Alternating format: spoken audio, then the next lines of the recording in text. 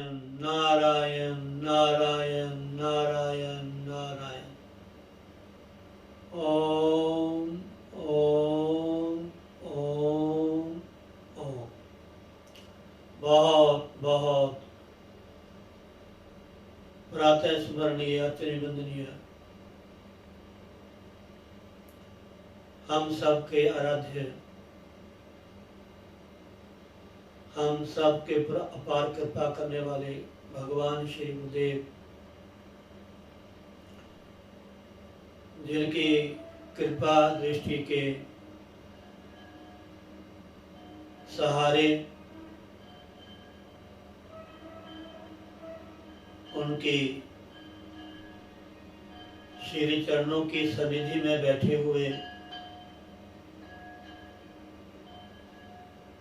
हम सभी कुछ समय हरि नाम संकीर्तन, हरि चर्चा, सत्संग, ध्यान, साधना,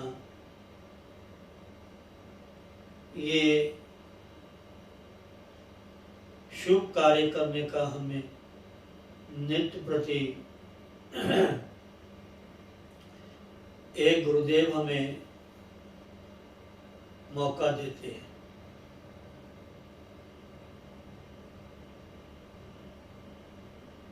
और देखो,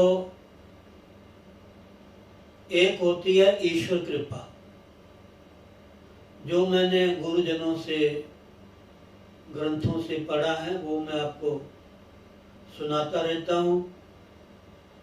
जब भी बोलता हूँ मैं अपनी आंखें मीट लेता हूँ। जो गुरुदेव कृपा करते हैं, छोटा मोटा प्रसाद के रूप में, वाणी के रूप में, मैं गुरुदेव भगवान के चरणों में समर्पित नित्य प्रति करता हूँ। ये सब उन्हीं की कृपा है। मूकं करोति वाचालं पंगुं लंघयते गिरिं यत् कृपा तमं वंदे परमानंद माधवम्। सहजो कार जगत के गुरुबिन पूरे नाही, गुरु तो हरिबिन कहाँ मिले, देख समझ मन माही। कितना कुछ कर लो, जब तक गुरु कृपा, आप देखो ना, मन की जो शांति है, आनंद, कल्पना रहित, बस किसी प्रकार का भी ओहो पोह हमारे जीवन में, हमारी दिनचर्या में, हमारे व्यवहार में अगर आना बिल्कुल बंद कर दे, मन शांत हो, बस समझो गुरु कृपा है। बस घर बड़े बना लेना, बहुत बड़ा परिवार हो जाना, बहुत सारे धन इकट्ठे, साधन इकट्ठे कर लेना,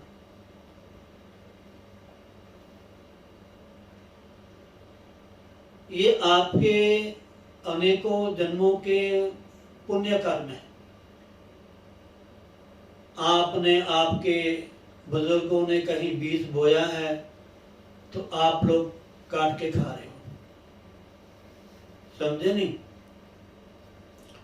लेकिन इतना सब होते हुए भी अगर परमात्मा की स्मृति हमारे भीतर है, परमात्मा की यादगार है, उसका सिमरन नहीं भूलते हम, चाहे सुबह है जो चाहे शाम, चाहे स्वस्थ है चाहे अस्वस्थ है, बस अगर स्वस्थ है तो नहा धो करके, शुद्ध वस्त्र पहन करके, बढ़िया आसन लगा करके रोज बैठना चाहिए। अगर किसी वजह से, कारण से अस्वस्थ हैं तो कोई बात नहीं, जहां भी आप बैठ सकते हो आसानी से आप बैठ जाए। बस एक सत्संग में, नित्य में गैरहाजिरी नहीं होनी चाहिए, बस। अब देखो ना, आपने घर में मंदिर बनाया हुआ है, बहुत अच्छी बात है, लेकिन आप अस्वस्थ हैं, नहाए नहीं, धोए नहीं, अवस्था आपकी ठीक नहीं है, तो वहां मंदिर जा नहीं सकते आप, पूजा धूप बत्ती आप कर नहीं सकते, ऐसा शास्त्र का विधान भी है। भले घर का कोई दूसरा मेंबर जाकर के कर लेते हैं। बहुत सारे सेठ साहूकारों ने तो ऐसा किया हुआ है, ब्राह्मणों की ड्यूटी लगाई हुई है।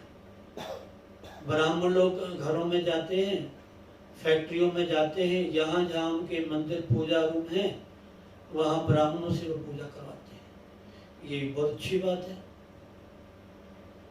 ये भी अच्छी बात है। लेकिन जो कार्य आप स्वयं करोगे, साधना, ध्यान, भजन, सिमरन, देखो आप सब सब जानते हैं कि प्रायः हम ज्यादा संसार में विचरते हैं, ना जाने कहाँ कहाँ ध्यान, किन किन स्थानों में, व्यक्तियों में, पदार्थों में मन हमारा पूरा दिन घूमता रहता है। और जब हम सोएंगे फिर वही मन में पिक्चर घूमेगी। इसीलिए सुबह और सायंकाल, शाम के समय परमात्मा का शुक्र कीजिए। घर में मंदिर है, धार्मिक स्थान है, पूजा रूम है, अवश्य बैठे ध्यान लगाए बस।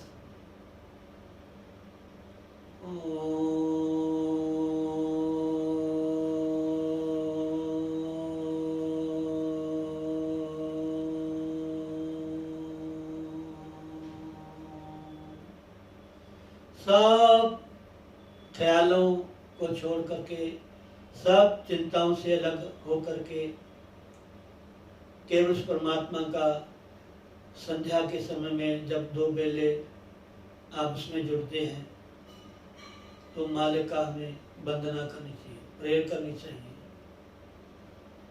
उनका शुक्रिया करना चाहिए कि मालिक बड़ी कृपा आपकी, सब कुछ आपने दिया है, बस एक आप हमारे बांधो, बस हमें या हमारे मन में आपका ही ध्यान रहे।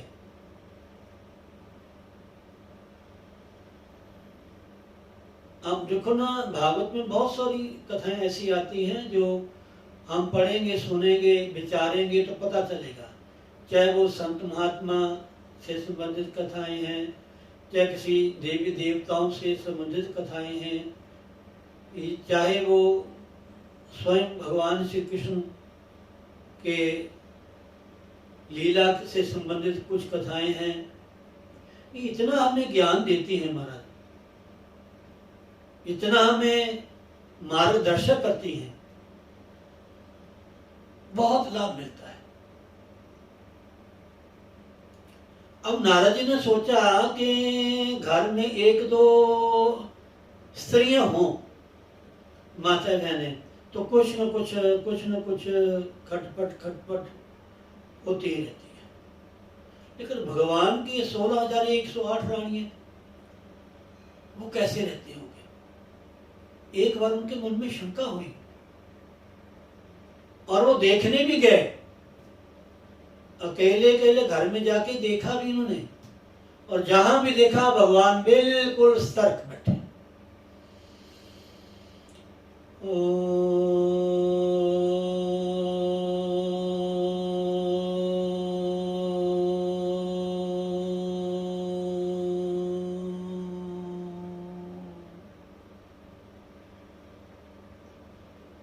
आप घर में हैं तो घर में भी रहो, परिवार में रहो, अपना जो आपका रोजगार है, रोज का कर्म है, उसको भी नहीं भूलना चाहिए।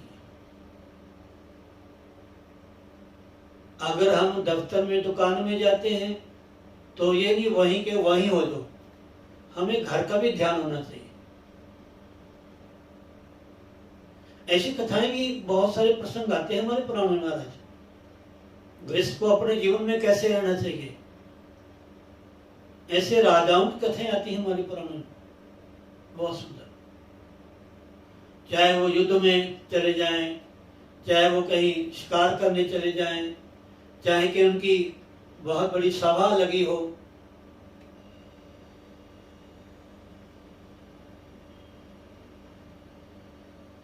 समझे नहीं?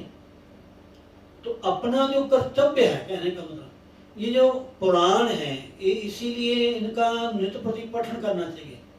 इनको पढ़ने से हमें अपने जीवन में कैसे जीना है, हमारे पहले जो बड़े थे, बुजुर्ग थे, ऋषि मुनि, जिनकी हम संतान हैं, जिस परमात्मा का ये हमारे भीतर जो आत्मा अंश है,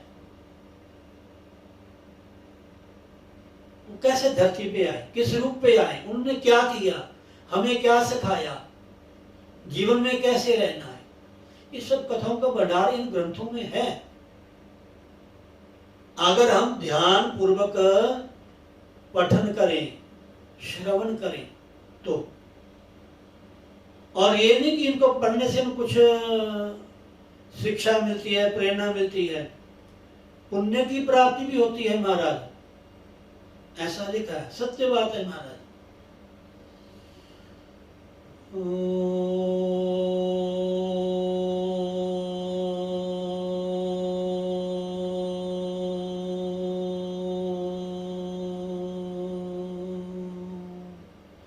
पुण्य से हमारा जीवन ऊपर उठेगा, पुण्य कर्म से ही हम ऊपर उठेंगे,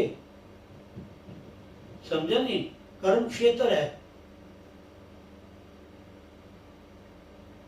अब छोटी सी गीता है, उसका वो अगर महात्म पढ़े एक एक अक्षर का,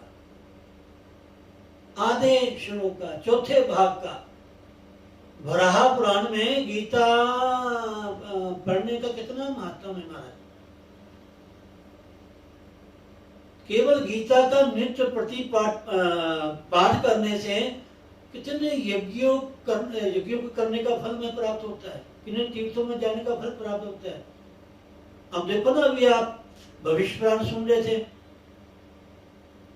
100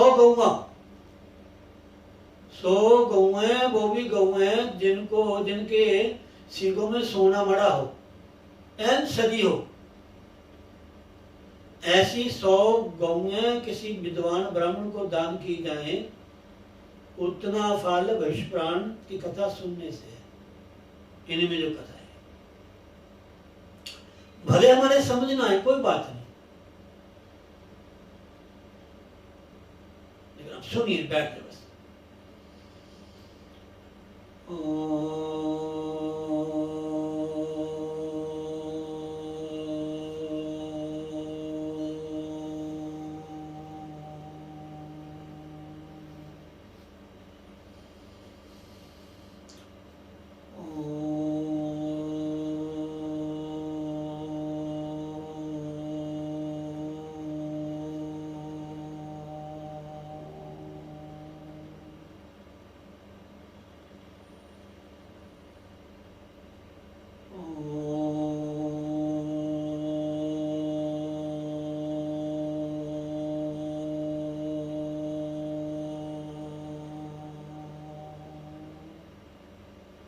ये देवता, भगवान शिव, माँ भगवती, भगवान श्री गणेश जी, भगवान श्री राम जी, भगवान श्री कृष्ण जी, भगवान श्री नारायण जी,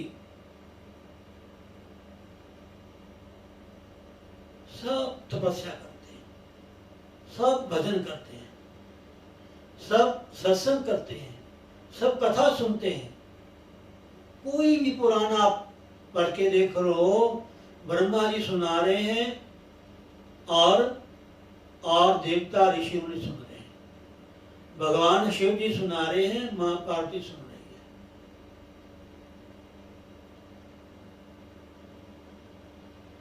देवी जी बोल रही हैं और देवता सुन रहे हैं।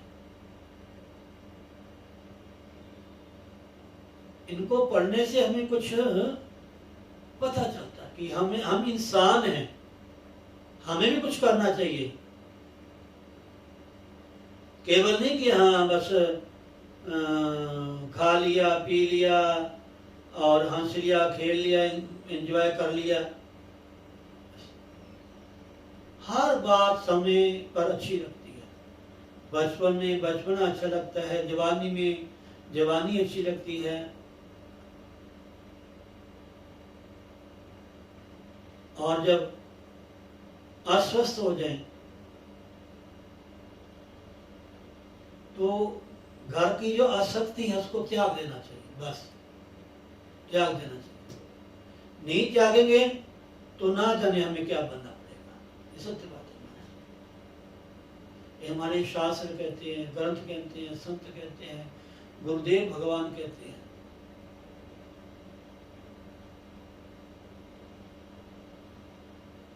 इसलिए प्लीज ये जो समय है संध्या काल का, इसका जितना ज्यादा हो सके आप लाभ उठाएं, बस बैठे। घर में कोई भी मेंबर है, मैं तो बार बार आपको निवेदन करता हूं कि अब देखो ना, माता बहनें जब सीरियल होता है तो घर का काम छोड़ देती हैं, सीरियल देखना शुरू कर देती हैं, तो समय नहीं होता हमारे पास। तो इसके लिए समय हमें क्यों खटकता है? ये जरूरी है हमारे लिए। इससे कल्याण होगा, इससे हमारा मन शुद्ध होगा, शांति मिलेगी, एक अनहसी मिलेगी, हमें शक्ति मिलेगी, मजबूती मिलेगी। महाराज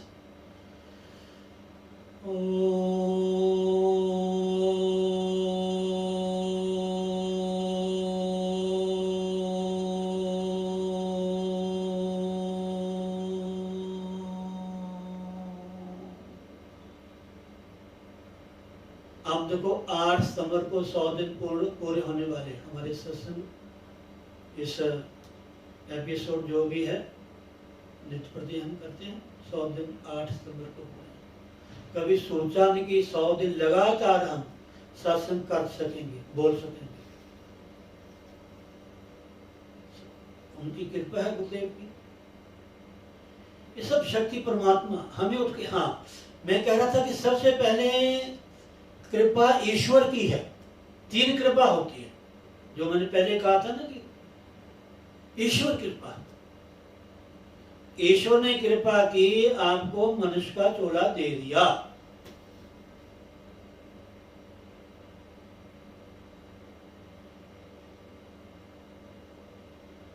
कब्बहु को करी करुणा नर देही, देत ईश बिनु हेतु स्नेही। भगवान ने ऐसी करुणा की, ऐसी कृपा की, बिना कुछ चाहते हुए भी कि क्या जीव मुझे कुछ देगा, मुझे याद करेगा, फिर भी इतना सुंदर शरीर दे दिया जिसको देवता भी तरसते हैं कि हमें भी एक बार मनुष्य का चोला मिल जाए। महाराज मैंने एक कहानी देखी सुनी है, उसका नाम शायद क्या था मैं भूल गया। जन्माष्टमी थी, बहुत पुरानी बात है। तो जन्माष्टमी में हम एक टीवी लगाते थे। टीवी में कोई ना कोई धार्मिक कहानी, पिक्चर, जो भी प्रसंग हम वो लगा के रखते ताकि आते जाते लोग सुनते रहे। तो बच्चों ने एक वो जो पहले कैसेटें होती थी, लगती थी बीच में बड़ी बड़ी, वो लगाए। आहा, वो एक माँ का भक्त, महाराज क्या कहना, इतना बड़ा माँ का भक्त। यमराज भी नतमस्तक हो गया उसके आगे। यमराज भी कहे भी मैं भी इस माँ के हाथ से कुछ अन्न ग्रहण करना चाहता हूं, जिसने ऐसे पुत्र को जन्म दिया। पुत्र बती जुबती जग सोई, रघुपति भक्त सुत सोई होई। मां का जन्म बच्चे को देना तभी सार्थक है अगर उसका जो होने वाली संतान है या तो ईश्वर की भक्त हो या देश की भक्त हो, देशभक्त, दोनों में एक। ऐसी कथाएं पुराणों में भी है महाराज, वीर पुरुषों की।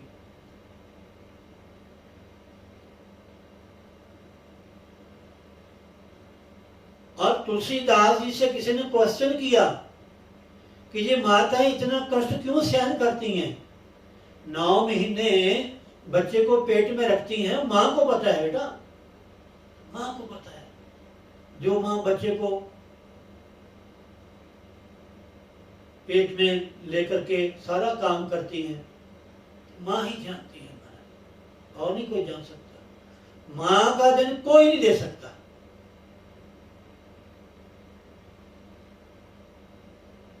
समझे नहीं?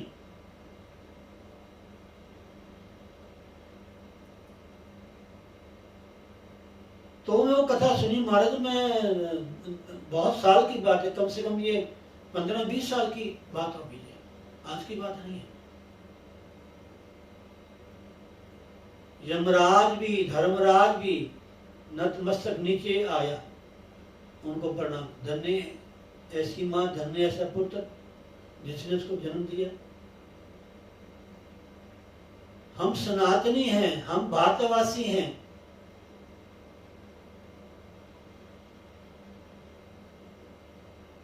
हम वैदिक संस्कृति को मानने वाले भारतीय जन हैं। हमारे परिवार में संस्कार होने चाहिए। अब देखो ना, आप सुनोगे ना, आप भविष्य पुराण, इसमें अब अगला अध्याय यही शुरू होगा। गर्भाधान से लेकर के आगे जो जो संस्कार बच्चे को होते हैं, कौन कौन से संस्कार, ये तो आपने सुना ही होगा। वे बच्चा जन्म लेता है, उसके जब बच्चा जन्म लेता है तो कोई ना कोई सोने की जो वो होती है पतली सी ढक्का, उसमें शहद लगाते हैं, शहद जीवा में लगाते हैं, लेकिन नहीं, जीवा में ओम लिखते हैं। उस शहद से ओम लिखा जाता है या राम लिखा जाता है बच्चे की जबान के ऊपर।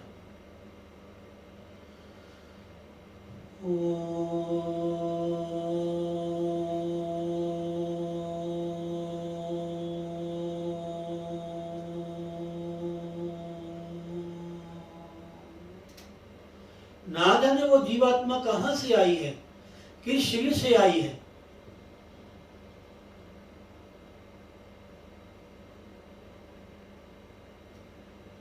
संस्कारों से ये जीव शुद्ध होता है। ये हमारी भारतीय संस्कृति है।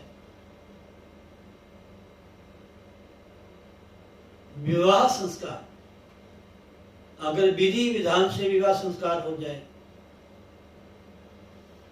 घर से कैसे किस समय आपने चलना है, कौन सा पांव उठाना है आपने, आगे किस चीज का आपको दर्शन होना चाहिए, दाहिने क्या होना चाहिए, बाएं क्या होना चाहिए, ये बहुत छोटी बातें हमारे ग्रंथों में या पुराणों में लिखी हुई हैं। इसका बड़ा लाभ है।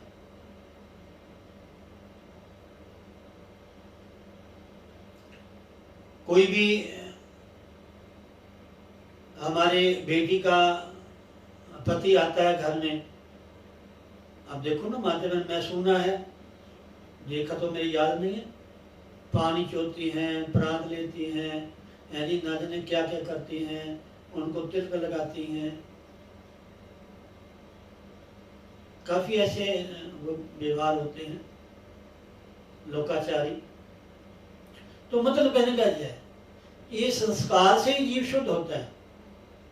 जन्मा जायते शूद्रो संस्कार द्विज। जन्म से सब शुद्र होते हैं, किसी भी जाति में जन्म ले, संस्कार से वो द्विज कहा जाता है। उसका द्वारा जन्म होता है, एक माँ के पेट से, एक संस्कारों से। जैसे एक पक्षी है, पक्षी का जो अंडा है पहला माँ के पक्षिणी के पेट से निकलता है, और फिर अंडा होता है, फिर अंडे से उसका द्वारा फिर बच्चा पैदा होता है। पक्षियों को दूध कहते हैं। 2 जन्म होते हैं उसके, पहला माँ के पेट से, फिर अंडे से फूट करके। ऐसे मनुष्य लोग जो हैं, पहले माँ के गर्भ से जन्म लेते हैं, फिर उसका संस्कार होता है। कब कौन सा संस्कार होना है, कब क्या होना है। हमने देखा संस्कार का डीप में कहीं के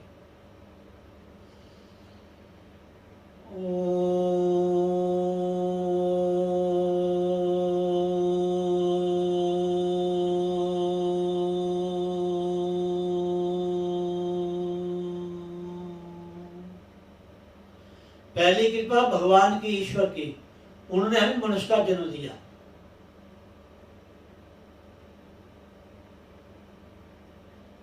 उसके बाद कृपा गुरुदेव की, जिन्होंने हमें नाम दान दिया। और तीसरी कृपा अपनी कृपा भी होती है महाराज जी। असी अपनी कुछ करांगे तो कुछ नहीं मिलना, जैसे आए वैसे रह जाओगे। जन्म भी मिल गया, अच्छे संत महात्मा मिल गए, सुन भी लिया, सब कुछ जान भी लिया, लेकिन घर में बैठे रहे बस, ठीक है। ये पांव कहाँ के लिए मिले, हाथ कहाँ के लिए मिले, आंख कहाँ के लिए मिले, कान किस लिए मिले हैं। ये तो पशुओं के भी हैं पांव, उनके भी आंखें हैं, उनके भी कान हैं, उनका भी मन है। अंतर इतना है कि उनको ज्ञान नहीं है, विवेक नहीं है। विवेक केवल परमात्मा ने इंसान को दिया है। समझ, सब समझता है इंसान, चाहे कैसा भी व्यक्ति है, कितना भी नास्तिक है, चाहे वो मंदिर गुरुद्वारा साहब धार्मिक स्थान पूजा पाठ करे ना करे, तो भी सब जानता है। लेकिन मन में जो अज्ञानता है वो हमें गड्ढे में गिरा देती है। एक न एक दिन ऐसे हम गिरते हैं, जन्म जन्मांतर गिरते ही जाते हैं। जब खुद इंसान गिरेगा कौन उसको बचाएगा।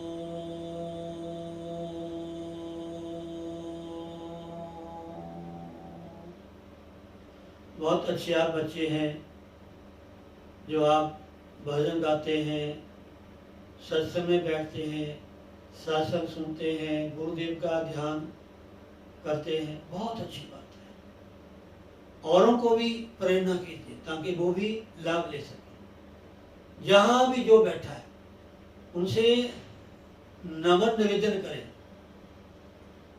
कि आप बैठे अपने घर में, अपने गुरु, और कुछ नहीं है आपने सुनना, ये समय आप अपने गुरुदेव का ध्यान करें बस।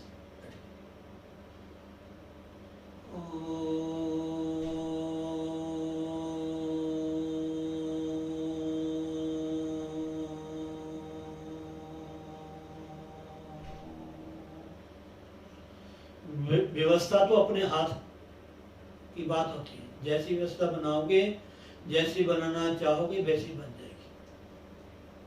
ठीक है, बहुत अच्छी बात है। जय श्री राधे।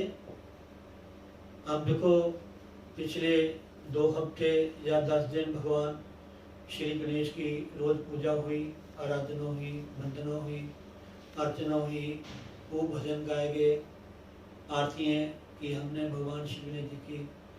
कल अनंत चतुर्दशी थी जिसका बहुत ही ज़्यादा महत्व हमारे शास्त्रों में लिखा है। उस दिन भगवान श्री गणेश जी की जो पार्थिव मूर्ति होती हैं, जो मिट्टी की मूर्ति है, विधान तो यही है। बाजार से कोई ले आए तो अलग चीज़ है, लेकिन गोबर या मिट्टी, मुल्तानी मिट्टी या खेत की मिट्टी, छोटे से गणेश बनाएं और जहाँ भी सुविधा हो उनको आप विसर्जन कर सकते हैं। उसमें आप पौधा लगा दो, तुलसी लगा दो, हाँ जी, कुछ लगा दो। और गणेश, और मैं तो ये कहता हूँ कि इन देवताओं की पूजा आराधना से हमें कुछ ज्ञान लेना चाहिए। भगवान गणेश जी के वैसे तो बहुत सारी कथाएं, इनकी अवतार बहुत हैं, मैंने पढ़े हैं, लेकिन इनके जीवन से, बचपन से दो ही कथाएं विशेष मिलती हैं जिनका बड़ा महत्व है, बार बार उसकी चर्चा की जाती है। एक तो ने माता पिता को सबसे अपना महान माना, माता पिता के चरणों में ही सब तीर्थों को माना। माता पिता की भक्ति, माता पिता की सेवा, माता पिता की आज्ञा का पालन करना, माता पिता की परिक्रमा करना ही इन्होंने समझा कि सारी पृथ्वी की परिक्रमा है। और दूसरा एक ये भी प्रसंग आता है, राम नाम, राम नाम, भगवान का नाम, राम नाम लेकर के इन्होंने उनकी परिक्रमा की।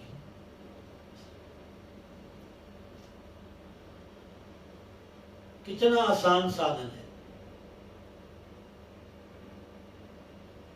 तो बहुत अच्छी बात है। अब देखो श्राद्ध आ रहे हैं,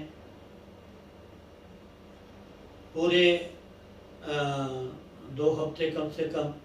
ये भी धार्मिक कार्य हैं, ये भी देव कार्य के अंतर्गत आते हैं।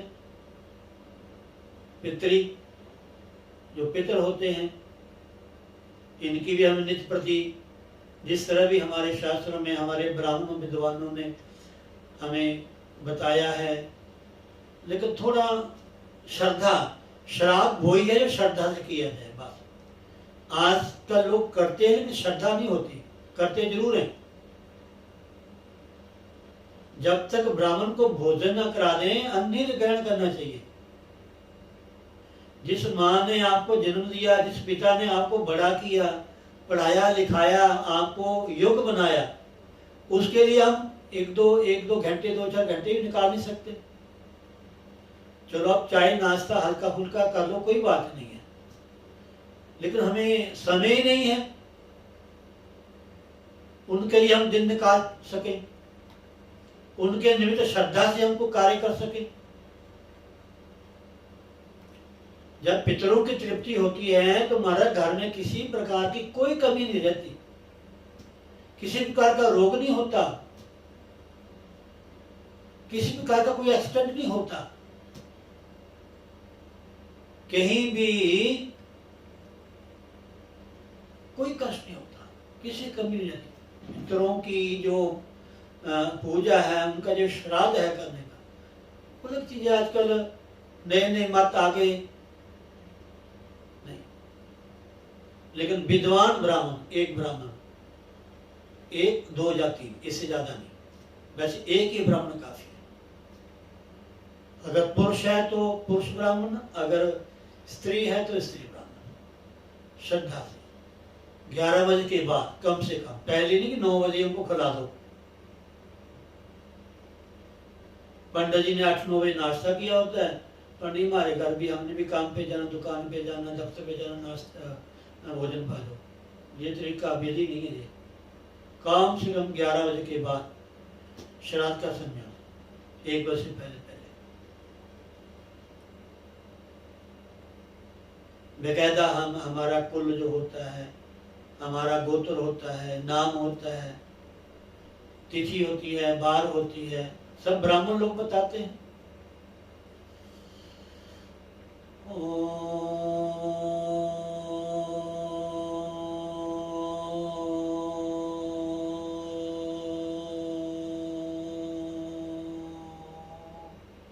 और श्राद्धों में गीता पढ़ने का बड़ा महत्व है, बहुत ज्यादा।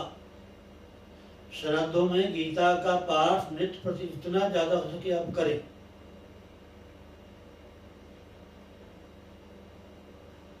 बहुत सारे लोग तो कथाएं कराते हैं श्राद्धों में पितरों के निमित्त।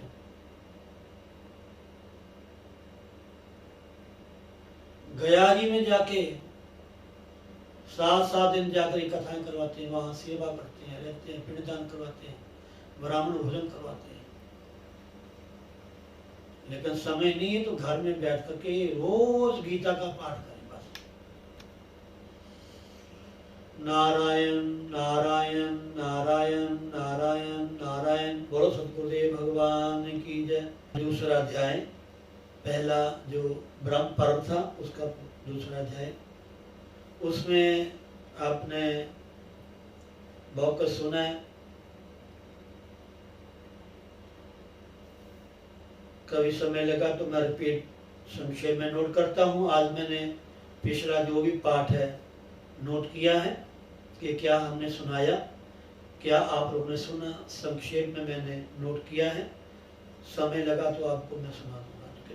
आगे आप दूसरा अध्याय इसका ये है, गर्भाधान से यज्ञोपवीत पर्यंत संस्कारों की संक्षिप्त विधि, अन्न प्रशंसा तथा भोजन विधि के प्रसंग में धन वर्धन की कथा और हाथों में जो तीर्थ है एवं आचमन विधि, इसका संक्षेप में आप वर्णन सुनेंगे इस अध्याय में। ध्यान से सुनना, ठीक है। श्रीमन नारायण नारायण नारायण नारायण नारायण नारायण नारायण। जय मां सरस्वती, जय मां सरस्वती, जय मां सरस्वती। जय व्यास जी महाराज, जय भगवान व्यास जी महाराज, जय भगवान नारायण। राजा शतानीक ने कहा कि हे मुने, आपने मुझे जात कर्मादि संस्कारों के विषय में बताया। अब आप इन संस्कारों के लक्षण तथा चारों वर्ण एवं आश्रम के धर्म बतलाने की कृपा करें। सुमंतो मुनि जी बोले कि हे राजन, गर्भाधान, पुंसवन, सीमंतोनयन, जातकर्म, अन्नप्राशन, चूड़ाकर्म तथा यज्ञोपवीत आदि संस्कारों के करने से जिन जातियों के बीज संबंधी तथा गर्भ संबंधी सभी दोष निवृत्त हो जाए। इस संस्कार का मतलब क्या होता है? जो जीव गर्भ में होता है, ना जाने कहां से आया है, किस योनि से आया है, संस्कारों से वो शुद्ध हो जाता है। वेद मंत्र होते हैं वहां से, दोष निवृत्त हो जाते हैं। हे राजन, वेदाध्ययन, व्रत, होम, त्रैविद्य व्रत, देवऋषि, पितृ तर्पण, पुत्रोत्पादन, पंच महायज्ञ और ज्योतिषोमादि यज्ञों के द्वारा यह शरीर ब्रह्म प्राप्ति के योग्य होता है। अब इन संस्कारों की विधि को आप संक्षेप में सुने। हे राजन, पुरुष का जात कर्म संस्कार नाल छेदन से पहले किया जाता है, जिसको आप नाड़ू कहते हैं। इसमें वेद मंत्रों के उच्चारण पूर्वक बालक को स्वर्ण, मधु और घृत का प्राशन कराया जाता है। सोना, शहद और घी, इसका प्राशन यानी कि इसको चिटाया जाता है।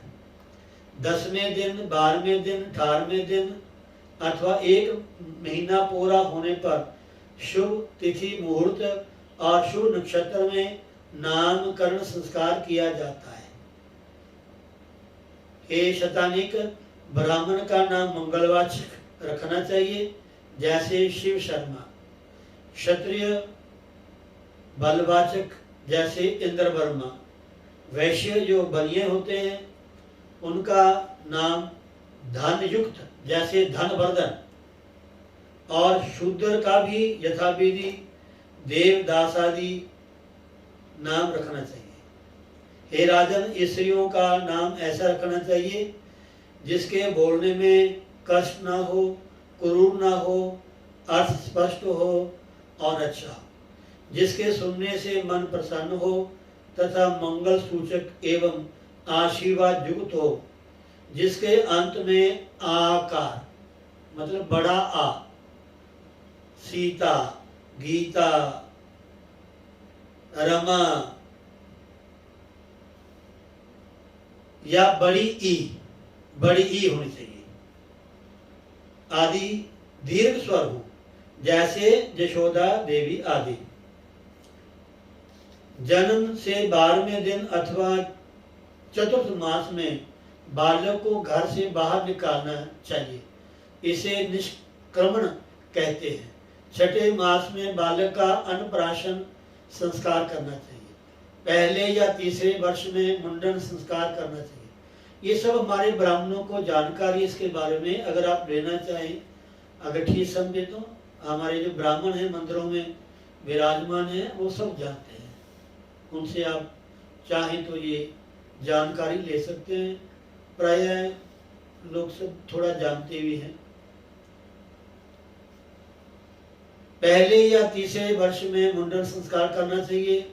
गर्भ से 8वें वर्ष में ब्राह्मण का, 11वें वर्ष में क्षत्रिय का, 12वें वर्ष में वैश्य का यज्ञोपवीत संस्कार करना चाहिए। परंतु ब्रह्म तेज की इच्छा वाला ब्राह्मण 5वें वर्ष में, बल की इच्छा करने वाला चाहने वाला क्षत्रिय 6ठे वर्ष में, और धन की कामना वाला जो वैश्य होता है बनिक, वो 8वें वर्ष में अपने अपने बालकों का गुणन संस्कार संपन्न करे। 16 वर्षों तक ब्राह्मण, 22 वर्ष तक क्षत्रिय और 24 वर्ष तक वैश्य गायत्री अर्थात सावित्री के अधिकारी रहते हैं। इसके अनंतर यथा समय संस्कार न होने से गायत्री के अधिकारी नहीं रहते और वे व्रात्य कहलाते हैं। फिर जब तक व्रात्यस्तोम नामक यज्ञ से उनकी शुद्धि नहीं की जाती तब तक उनका शरीर गायत्री दीक्षा के योग्य नहीं बनता। इन व्रात्यों के साथ आपत्ति में भी वेदादि शास्त्रों का पठन पाठन अथवा विवाह आदि का संबंध नहीं रखना चाहिए। बोलो सतगुरुदेव भगवान की जय। जय श्री राधे। आप